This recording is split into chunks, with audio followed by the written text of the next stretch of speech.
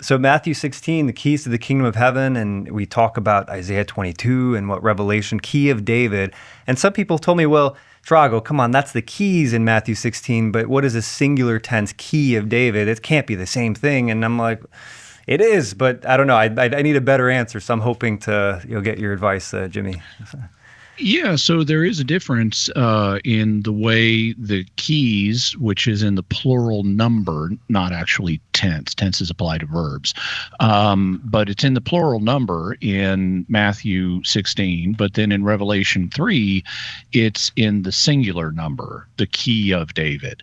And both of these passages hark back to Isaiah 22, where we're told that the chief steward of the house of David had a key, singular number, on his shoulder that was a badge of office. So it is true that there's a difference in the number in these two passages, but it's also clear to biblical scholars that both passages are drawn on Isaiah 22, because that's the only place in the Hebrew scriptures where a key is used to symbolize anything. There is like one other reference to using a key to open a door, a physical door, after one of the judges has killed has assassinated a foreign king, and his servants have to use a key to open the door to find the king's body. But that clearly is not in the intellectual world behind that Matthew 16 and Revelation 3 are drawn on. In both cases, we have a key that's connected very clearly with authority. So in Revelation 3, Jesus has the key of David, which is clearly representing his Davidic authority. And in Matthew 16, Jesus says, I'll give to you, Peter, the keys of the kingdom. And the reference to the kingdom clearly, again, invokes rule and authority. And so consequently, even though there is a difference in the number, both of these are drawn on Isaiah 22, and that fact is not controversial among biblical scholars. If you want to go further and say, well, why is it different? Is there some lesson we can learn from it being plural in Matthew and singular in Revelation? Well, maybe, but that gets more speculative.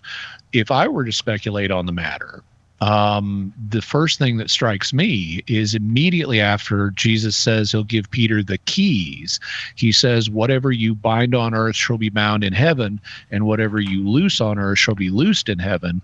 And so I would say, if I'm speculating along these lines, that given him the keys to the kingdom includes the power to bind with one key and the power to loose with another key.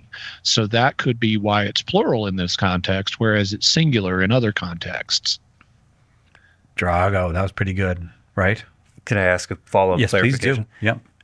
Okay, so the binding and loosing for sure, right? That there's the authority there. Now, is there some probability that the keys in Matthew 16, Jesus is using that expression in a disconnected way from Isaiah 22, or is it like, no, like he is for sure doing a callback to Isaiah 22?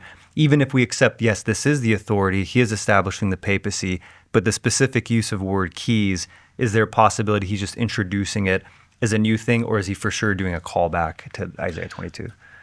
Well, anything's possible, but that doesn't mean anything's probable. The very high probability is he is consciously thinking of Isaiah 22 here.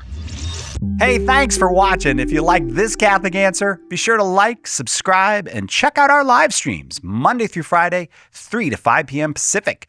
Or find the episode after on YouTube, your favorite podcast platform, or our Catholic Answers app.